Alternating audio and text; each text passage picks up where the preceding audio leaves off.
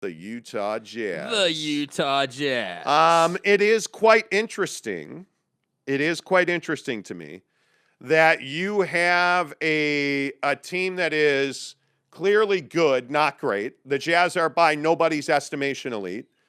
But with 26 games to go, tonight could be a very critical moment in time as Rudy Gobert, it looks like, will return to the Utah Jazz lineup. He practiced yesterday. Now, calves are a remarkably difficult muscle to heal. He's got this calf strain that he's trying to get over. And the Jazz are playing really good basketball right now. Donovan looks to be back to his physical best. How important is it that Rudy Gobert come back, they play well with Rudy, and just keep on rolling? Yeah, I mean, I think it's crucial. I think when you look at where they're at in the standings, they're fourth right now. They're quite a bit away from the top three teams, but they also have a decent cushion to Dallas. So they're kind of in this middle spot where, obviously, you want to go out and you want to win basketball games, and you should win a lot of basketball games here coming up. But I think, what's more important in the overreaching conversation is the relationship between Don and Rudy. I think it's crucial that Rudy Gobert come back and contribute at his usual levels. And hopefully he can do that and stay healthy. I mean, what you were just saying, I mean, a calf strain is nothing to play with. That is a difficult injury to A, manage, but then B, keep away. I mean, Yes. Once you strain your calf, now you got to be really careful with it. So, like tonight against the Rockets, I mean, that's a very athletic team that likes to dunk and get after it and play above the rim. You'd love to have Rudy Gobert in this game, and he will play, but my point is will he be playing at like half of his capability? Will he be full strength? Like, what are we looking at here with Rudy? So I think the more important thing is figuring out, like recently Don's been more willing to pass. Don's been more willing to create. Will Don be willing to give the ball to Rudy Gobert in the pick and roll? Will Don be, what will Donovan Mitchell do to win some of these games? That's what I think you have to watch for if you're a Jazz fan. Well, I think at some point, this is it's going to become incumbent on Rudy and Don to understand the setup of this team. And that is that if they're going to win a championship, Donovan Mitchell's got to be the focus of this team. And I think most people accept that. I look at Rudy Gobert, who believes he's the focus of this team. Mm-hmm. And I think that is at the center of the issues with this club. And I think, unfortunately, what you're seeing is that fans are being fans and choosing sides. And I think that both of these guys are incredibly important. I don't think there's any doubt that Donovan Mitchell is by far more important to this ball club than Rudy Gobert is. Right. Especially in a generation where offense wins. And especially in a generation where if you don't have a dominant wing player like Donovan Mitchell, you are not going to win a championship. Right. It's great that Rudy Gobert is a dominant offensive force. His limitations offensively are what plague this team. Their inability to win with Rudy at the middle of this team. And when I say the middle of this team, you're looking at a guy that everybody feeds to defensively. And that worked for a time. But it's not how you win a championship. To win a championship, you need a do-it-all player or two. And the Jazz right now don't have any do-it-all players. So when I say it's incumbent on both Don and Rudy, Don's got to get better defensively. Don, frankly, has to have more want to defensively. Going under screens is not how you win a championship. Right. Right? You have to be more willing to put out on the defensive end the same way you do on offense. That's how you win championships. Throughout time, whether that's been the Lakers, the Celtics, the Milwaukee Bucks certainly showed us that last year. The Phoenix Suns are showing us that this year. The Jazz, in my opinion, lack a true do-it-all guy. Right. That's the best way I can say it. But, as far as all these stories about Rudy versus Don, and Jazz fans saying, well, Don said it's not real. What would you expect Donovan Mitchell to say when he's asked that question? Oh, yeah, I hate Rudy. He's not going to say that. We don't get along. He's not going to say that. Yeah. I mean, Donovan Mitchell understands the media. There's no doubt about that. Yep. But there is no doubt, and we've been talking about this. I think we're going on 6 weeks now back that we reported Donovan Mitchell and Rudy Gobert don't get along. They don't hate each other, but they're not playing golf together. They're not gaming together. They're not eating together. They play basketball together. That's the extent of it. Yeah.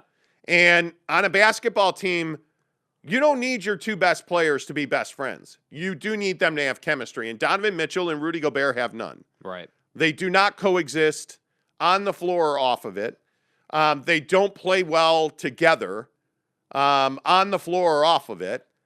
Donovan does not give Rudy Gobert the ball offensively. I would not either. I don't blame Don for that. But at some point, you're going to have to figure out how to get the top end out of both those guys offensively. Yeah. And you're going to have to figure out how to get the top end out of Donovan defensively. Or you're just going to be another team. You're just going to be who you've always been.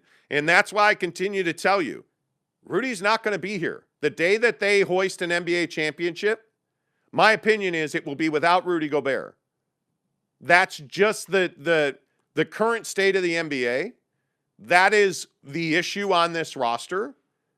And I think to change this roster, you're going to have to send out Rudy Gobert. His contract, frankly, is his biggest issue. If he was making $20 million a year instead of $40 million a year, we would not be having this conversation. That's the truth. But he's making $40 million a year, and you do not have anybody else on this roster that you've gone out and brought in that's been able to compensate for him.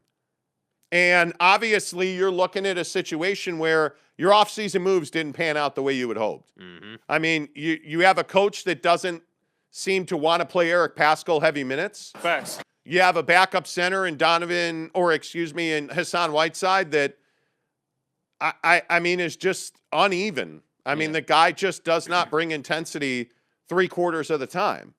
But then when he loses his job to Doak, which is embarrassing in my opinion, he comes out and plays well. And now Rudy's back, and I have to think you're going to play Rudy 1, and I think Hassan's the backup. Because, again, I'll just stay on my opinion that Udoka Azubuike's not an NBA caliber center. That's a third or fourth guy. Yeah. He's not a 2. He's certainly not a 1. He's not a 2. So you want to win a championship? All right, cool. Do what's got to be done. But I think if you're happy being who you've always been, I think you don't do anything. Yeah, and I think this front office just wants to ride out this season. That's my opinion. I think, again, I think this team is good enough to make a run. This team, could conceivably win 18 out of 20. They could get hot, play elite basketball as a team, turn things around. Sure, that could definitely happen. No doubt about it. I wouldn't be surprised. But I don't think that they are good enough to go ahead and win a championship this year. And I think the front office knows that. I think playoff seeding is incredibly important. This is the playoff seeding that they end up with this year is going to be critically, it will determine if they even win a playoff series.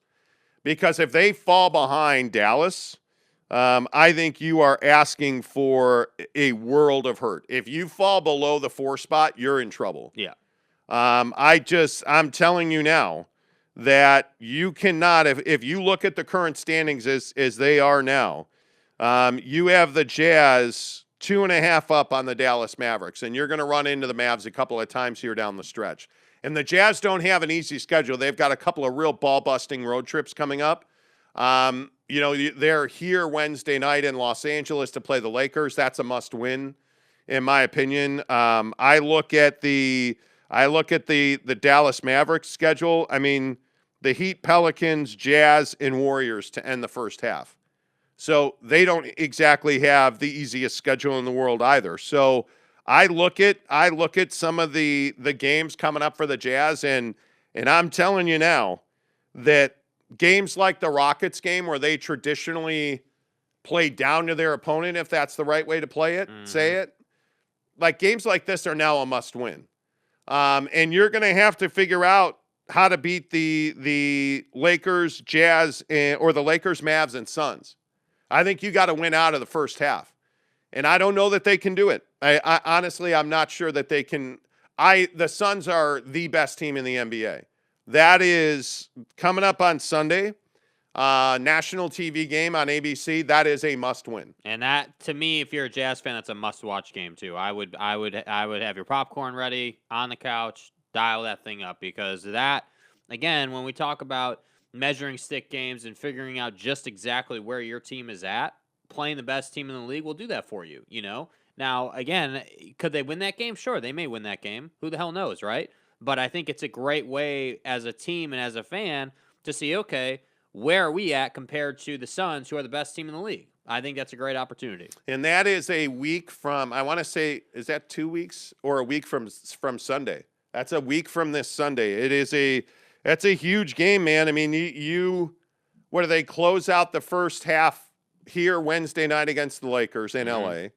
And then you open with the Mavs. I think you got to run out the month. I think you have to win every game in February. Well, and that's how you'd like to feel going into the AllStar break. I mean, you would like to go into the break on a winning note and then rest and kind of come out of the break with, what did that be, 22, 21 games left or so, somewhere in there, with your season. And again, and I think it's a fair comparison. The 2018 team did this. They came out of the break and they won like 18 out of 20 to get to where they wanted to go with seeding. So this team, I'm not saying this team is the 2018 team, but what I am saying is this team has a lot more experience than that team did. And if they can play team basketball, if they will get back to moving the ball and providing and creating looks for their guys, I think they got a shot. But I don't see this team, running up 18 out of 20 and just totally changing course off of who they've been. I just don't see that.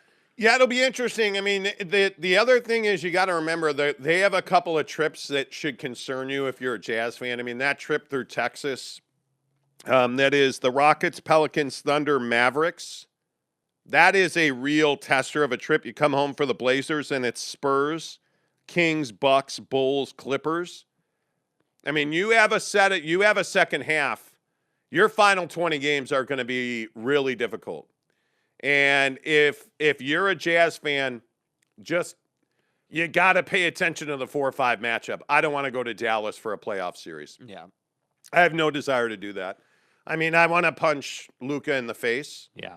And one of the most unlikable players in the league. He really is. He really, really is. And that's a tough team to deal with, especially because they play small ball. They don't have bigs. I mean, and now that they traded Porzingis, I mean, and Dinwiddie's on that team. And that's the other thing, by the way, this week. You're going to see all these guys making their debuts with their new teams. I mean, there's going to be a lot of storylines around the NBA. Yep. But the Jazz, I think, have a unique set of circumstances coming up. All right. Let's get some of your comments as I try and enunciate through a cough. Let's see. Dane says, do we see Doak or Whiteside more? I think you see Whiteside because I think Quinn is going to go back to what Quinn likes. I think if we know anything about Quinn Snyder, we know that he knows what he likes, and he's going to go with what he likes. And I think that the usual rotation that we've seen is going to come right back when everyone's healthy. Yeah, Tanner Plummer, I could be wrong, but it seems to me that the Jazz are a better defensive team without Rudy, but maybe that's because they've been beating some awful offensive teams lately. Hey, guys. Well, hey, guys. Hey, guys. No, I think, Tanner, that's a good point. I think there's a lot more effort and energy when they know Rudy's not back there. I mean, there has to be. I don't know how, if you're the Jazz, I just don't see any way that when Rudy's not back there that you can just be a turnstile. Yeah. So I think there's a little more want to, but I think what you see and what you've seen the last week is the top end of the Jazz defensively. Mm-hmm. I mean, and the issue with that is that Royce has been getting beaten pretty regularly. And I think Royce O'Neal makes up for a lot of that with, rebounds in key situations, or, he hustles back on defense. He'll intercept long passes, outlets. But man-to-man, they don't have a shutdown guy. Yeah. And you need that to be Donovan. Donovan, there are times Donovan one-on-one where his footwork is really not good defensively, where he just gets his hips turned the wrong way.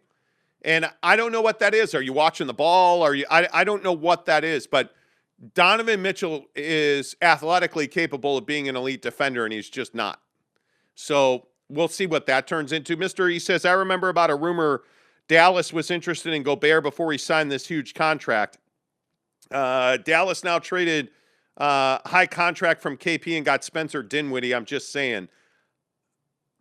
We'll see. I would be surprised if there wasn't a significant overhaul of this roster in the summer. Yeah. I'd be surprised. Really surprised.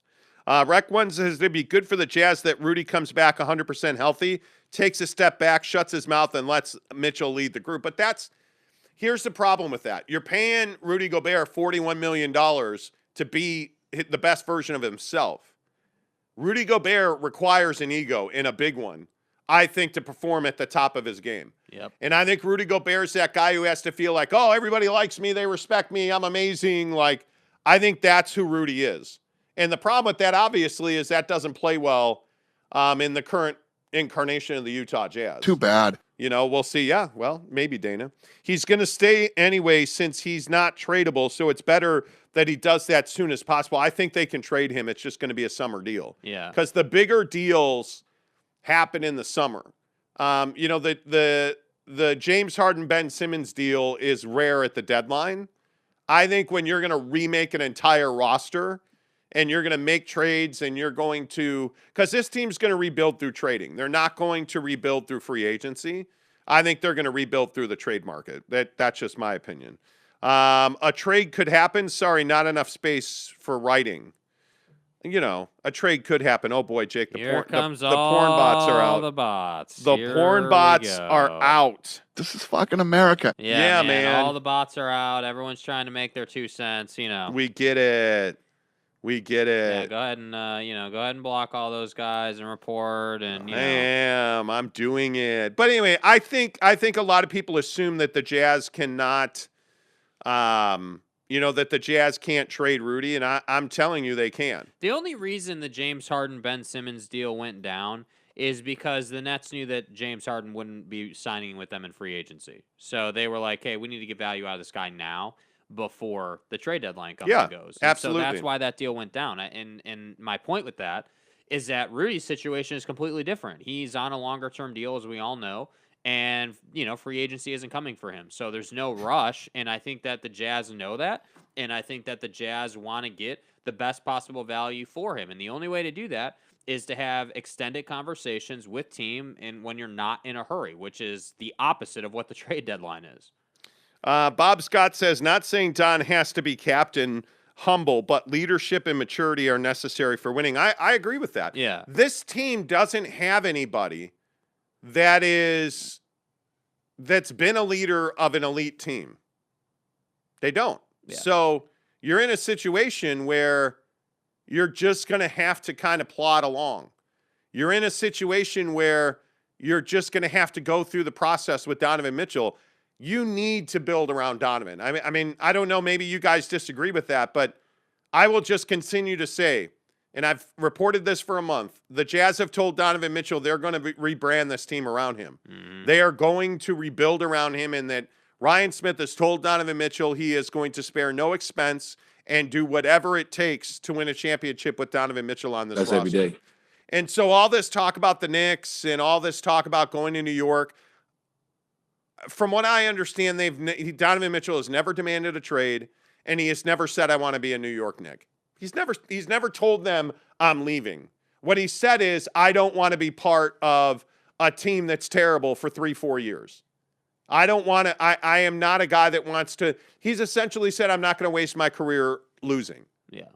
And I have no problem with that. If you're not in the NBA game to win a championship, maybe you shouldn't be in the NBA game. Yeah. With all due respect, that's who this team's been for a decade, probably longer than that. It's just time.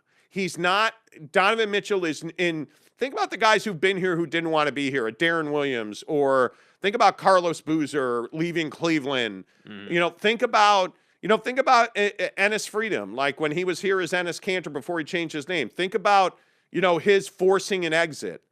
Listen, man, when a guy wants out. Donovan Mitchell has not said, I want out, I'm demanding a trade. He's not gotten anywhere near that. Right. Not anywhere near that. The issue has been that I think Donovan wants accountability from Quinn Snyder down the roster. The veterans run this team. Like, this is essentially, this is Mike Conley's team. And Mike Conley doesn't, in my opinion, Mike Conley doesn't have the clout on this team to tell guys to keep their mouths shut and play basketball. Yeah. And so what we know is that Rudy Gobert spouting off at officials pisses people off in the locker room because he does it every single. It's been nice, frankly. It's been nice not seeing Rudy Gobert bitching at officials for the last several games. Yep. It's been great. Yep. Right? Like, they've had energy. It's been nice seeing Donovan drive and kick. Like, their offense works, in my opinion, when they are not solely reliant on the high pick and roll, their offense works better. Yes. When you run a more traditional set, this Jazz roster works better in, hey, we're going to drive and kick. We're going to play traditional basketball, because that drive and kick almost forces you to rotate the basketball. And as you say consistently, the Jazz win when they swing the ball. I mean, they're literally built to run that kind of offense. This is a roster full of guys who can shoot the three at a high rate. Why would you not be playing drive and kick? And that's why I think, again, the thing that nobody ever wants to talk about when it comes to athletes is, the culture that they instill by being themselves can be good or bad. And I think Rudy bitching at the officials and trying to be all upset about not getting the ball is bad for this team. And I think that when we talk about driving and kicking, if Rudy's standing in the paint, where is there to drive? There's not. And that's the problem. Because he doesn't have the ability to hit an elbow jumper, the spacing is not ideal for a drive and kick offense. Whereas Porzingis or Joel Embiid or Nikola Jokic or Karl Anthony Towns, basically almost every other prominent big in the league, can shoot the elbow jumper, and most of them can shoot the three. So when you want to drive and kick, they're going to push out to the corner or the wing to give you space. And that's the problem. And that's what Rudy does not want to talk about. Rudy doesn't want to be accountable to the fact that he's never developed over the course of his basketballing career somehow the ability to shoot a basketball. And that's why, frankly, I don't respect him as much as I respect Donovan. There are complaints about Donovan. I have some complaints. Defensively, the lack of leadership. Like, there are things to complain about. Don and everybody else. Don and everybody else, exactly. There are things to complain about with Donovan Mitchell. He's not perfect either. But I'll take his shortcomings over Rudy's because this is the NBA and putting the ball in the hole is a priority. That's just what it is. Totally agree. Jeremy Bolton, what's up with you, bud? Good to see you. And Garcia says, how many first-round picks are we going to give away if and when we trade Rudy? I don't necessarily believe that's the case because I don't think you have I think your next available pick for trade is 2025. Yeah. So, I mean, you don't have and I'm telling you, that's why Marcus Smart's not a Utah Jazz man, because they don't have the assets to go and do that. But what you wind up doing is generally the way that you unload a guy like Rudy is you pay some of that contract. Mm-hmm. You take a contract back that you don't necessarily love, but that is not nearly as restricting as Rudy Gobert. You have to go and solve somebody's problem. You're going to have to sacrifice to get this guy off your roster. You are going to have, and again, but this is what I keep saying, and take a year of pain. Yeah.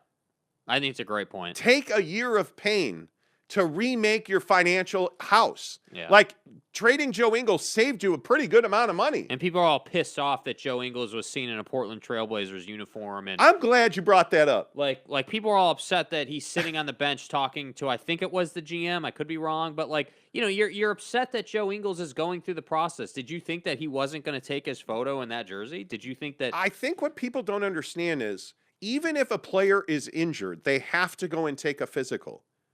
It's the only way a trade gets done. You have to go and take a physical. So Joe has a torn ACL. He gets traded to Portland. You have to go and take the physical. Yeah. So they can physically see your knee, put eyes and hands on your knee. Yeah. They can have a rehab plan for you because the Portland Trailblazers own Joe Ingles' contract. He has to rehab the way they tell him to. Does that mean he's going to do that in Salt Lake City? Quite possibly. But you got to understand that Joe Ingles is doing what he needs to do. They're going to put a jersey on him. They're going to take a picture of him in a Portland jersey. And frankly, if your feelings are hurt by that, you're ridiculous. If you're upset by that, you're ridiculous. I mean, Sorry if you're offended by that. This is what I mean. Like, Jazz fans tend to be really emotional about players. And this Rudy Gobert divorce that is inevitable, in my opinion, when you pay a big $41 million a year who can't score on his own, it's inevitable that you are going to have an ugly divorce. I'm going to say this again. Rudy Gobert is not a championship caliber player, and when the Jazz win a championship, in my opinion, Rudy will not be on that roster. And the process of unwinding that deal from your books is going to be costly and painful. Facts. But it is what it is. Business, bro. Business. Absolutely. James Jensen, Rudy Gobert. Whoa, hey, comment dump. James Jensen, Rudy Gobert is going to go down as the best Jazz center in history. Cool. That might be true. That doesn't mean he's a winning basketball player. Now, having said that, my guess is you're probably right. I mean, I guess it's him and Mark Eaton. I mean, I guess. Who was the center on the Malone team? Greg Ostertag? Like, Rudy's the best big they've ever had. Okay, it just is. He's the best. He's probably the best defensive player they've ever had. Yeah, he certainly is not the best offensive center they've ever had. Yeah. John Jackson says, "Is this the last season with Rudy?" I don't know. And Garcia says they screwed the pooch getting Conley over CP3. Wow. I think Mike Conley was very good for this team last year, but water's wet and Mike Conley's hurt in the playoffs. And I think the front office, before the changes were made, romanticized running it back. And I think that there was a lot of momentum when when Dennis Lindsey got let go and, all those changes happened. I think through that process, there was a lot of momentum to bring Conley back and one more run, basically. And I think that I'm not going to sit here and say Mike Conley was a mistake, because he wasn't. I understand why you brought him back. Would I have brought him back? No, but that's my opinion. I'm not sitting here saying that that's a mistake. Rec One says, sadly, complaining to the officials is a big thing in Europe. Putting pressure on them works and is part of the game. It's sad he still doesn't understand the NBA is different on that. I would agree. Well, and the players don't respect you when you do it in the NBA. But that's the thing. No. Well, that's true. I agree with that. But the thing that Rudy Gobert doesn't understand is the officials don't look at him as a superstar. He's not getting, he's not getting LeBron calls. Who's like a lower tier superstar? A Devin Booker. Devin Booker is now getting superstar calls. Like, he's getting the tap foul, right? But you look at LaMelo Ball the other night, melted down on the Charlotte bench. He got a tap foul on a layup and went after the official. And PJ Washington went up to him and said, you could see Washington saying, hey, you got five. Because at the time, LaMelo Ball had 5 fouls. Yeah. And he two-hand shoved PJ Washington away from him and slapped, I think it was Terry Rozier's arm off of his shoulder. Like, you're LaMelo Ball. You're a second-year guy. You're not getting that call. Mm-hmm. Rudy Gobert is a guy that has a reputation among officials as somebody who constantly complains and shows them up. You're not getting that call. Yep. And you're not a gifted offensive player, frankly. And when you get challenged at the rim and when Ja Morant's coming for you, Ja Morant's going to get the call and you're not.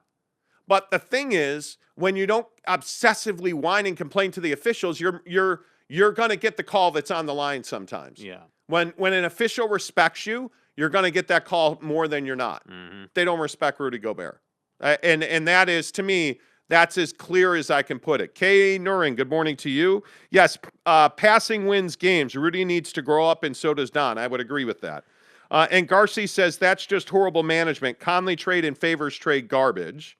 Michael Burton says the issue I see is with Rudy out the last few games, they have found the inside bigs and go in and work outside. However, when Rudy was there, they weren't doing that. True. Yeah. When Rudy's there, everything's outside. And listen, this team's always going to live and die on threes the way they're constituted.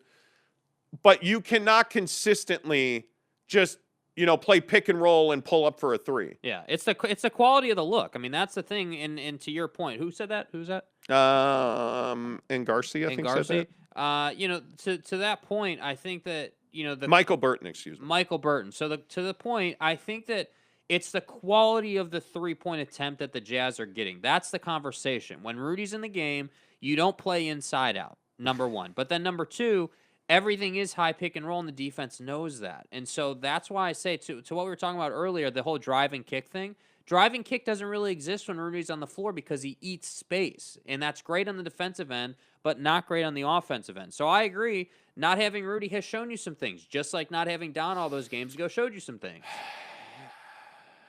Oh, boy. Here we go. Here comes a Hall of Fame comment. Ruff's official. Gobert had career high rebounds of 18 and 37 points. Are you ready? Are you ready? He could easily have Giannis's numbers if Donovan wasn't a ball hog. To have a Giannis level player is rare. Okay, so there's a couple of things that separate Giannis from Rudy. Giannis is a dominant dribble penetration guy. His number one best, highest use offensively is hand him the ball, go to the basket, get fouled. Yeah. Rudy does not have any of that in his repertoire. Now, Giannis is a dominant mid-range shooter. Rudy does not have that in his repertoire. He's also, I think, making 29% of his threes. Giannis is now.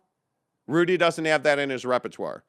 Giannis, I can look it up for you, but Giannis is also making a higher percentage of his free throws. So I don't know what Giannis you're looking at. Giannis is a far more developed. Like they're not even in the same conversation. I don't. Yeah, I mean, Rudy, do you understand that Rudy Gobert cannot dribble a basketball without turning it over? You understand that. You understand that Rudy's highest, best offensive use is rebounds and putbacks. And those putbacks are usually dunks. I still think he's in the 70 percentile with dunks. Like I want to say that 70% of his baskets are dunks. Like you're looking at a guy in Giannis that shoots 29.8% from three. Now, that's not a good percentage. But it's 29.8% better than Rudy Gobert shoots from three. His field goal percentage is 54.1%. He has 6 dimes a game, 11 rebounds a game, and he averages 29 points a game.